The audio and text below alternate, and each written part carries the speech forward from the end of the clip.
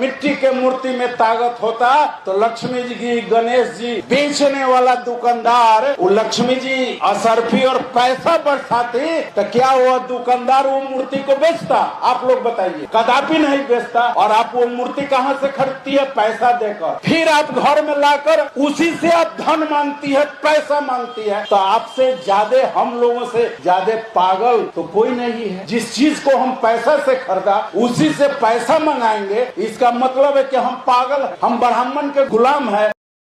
रुको जरा, सब्र करो। जाने अनजाने में ही सही कुछ चीजें तुमने बहुत सही बोली हैं।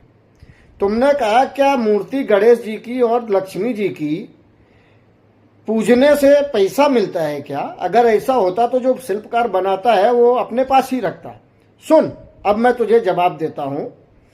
जो मूर्ति शिल्पकार बनाता है वो मूर्ति वहां से ही पैसा देना चालू कर देती है। जब वो शिल्पकार बनाता है और उसको सेल करता है तो उसके पास पैसा आया, वहां उसने धन दिया मूर्ति ने। और वो जो मूर्ति ब्राह्मण लेके आता है उसको आस्था से पूजा करके उसके सामने हाथ जोड़कर मांगते हैं, अपनी जो मन्नत होती है या जो भी पैसा और धन की जो भी इच्छा जाहिर करता है, तो वहां से उसकी मनोकामना पूर्ण होती है। वहां एक आस्था का विषय है, वो तेरे समझ में नहीं आने वाला है, वो तेरे समझ से परे है। इसलिए कहा जाता है ब्राह्मण की सोच में बहुत ही बड़ा फर्क है। ब्राह्मण कभी स्वयं के लालच के लिए नहीं कुछ करता है।